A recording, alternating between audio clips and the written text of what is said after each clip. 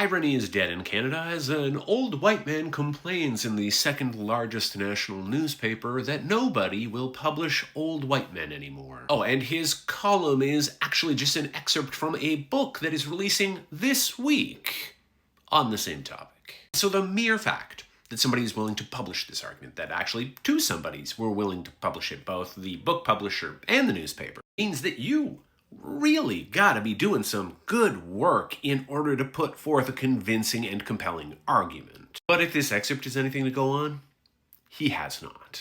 Take, for instance, his description of the firing of Wendy Mesley, a CBC journalist who was let go after she used a racial slur in a meeting. He explains that somebody was offended that she spoke aloud the title of a book.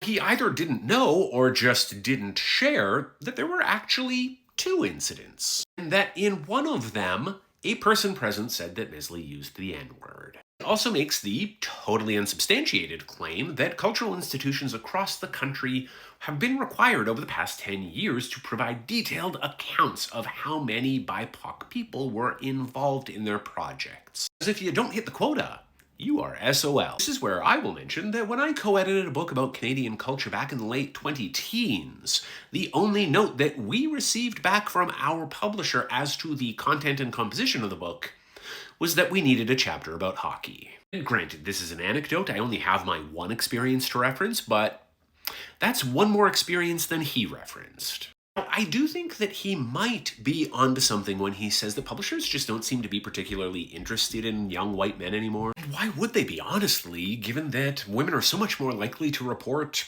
reading for pleasure than are men? Much more likely to have read a book, period, but also much more likely to have read 10 or more books. And teen girls, our readers of the future, are nearly twice as likely to report spending at least 30 minutes reading a day than are teen boys. When the size of the reading community is increasingly concentrated in fewer and fewer readers, doesn't it just make sense that you would go where those readers are? But sure, tell us more about how Canadian culture is suffering and dying because it's no longer dominated by white dudes. Yes, blame diversity, equity, and inclusion at a moment when racism and nativism, white nationalism, and xenophobia are just running rampant across the continent. I realize that this book is probably in the work for years, and you can't choose the moment that it's unleashed in the world, but read the goddamn room, and maybe, just maybe, take your own advice here and bottle up that self-righteous rage so that it doesn't just become more fuel